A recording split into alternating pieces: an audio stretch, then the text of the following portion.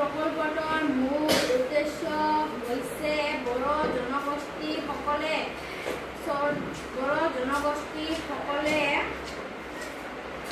ব্যৱহাৰ কৰা ঔষধীয় গছৰ ব্যৱহাৰ কৰি চৰ্দি কাহ নিৰ্মূল কৰা এলোপেথিক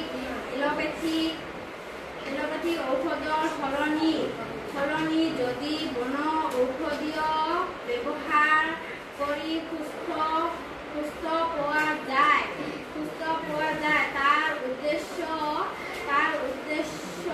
এই প্ৰকল্পটো আমি কৰিছোঁ। এলোপেথিক ঔষধত বহুতো সাইড এফেক্ট থাকে, তাৰ বাবে আমি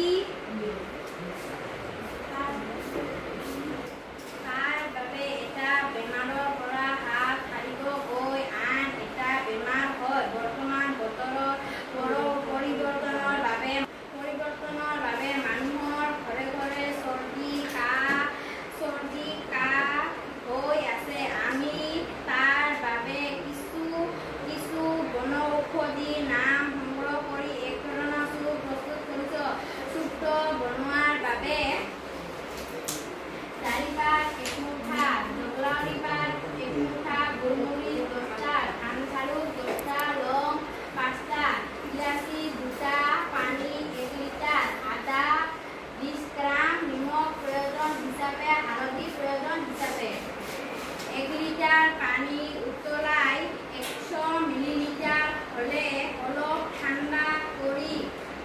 ঠাণ্ডা কৰি খাই দেখা গৈছে যে 3 দিনৰ ভিতৰত চৰ্দি কাহ নিৰ্মূল হয়।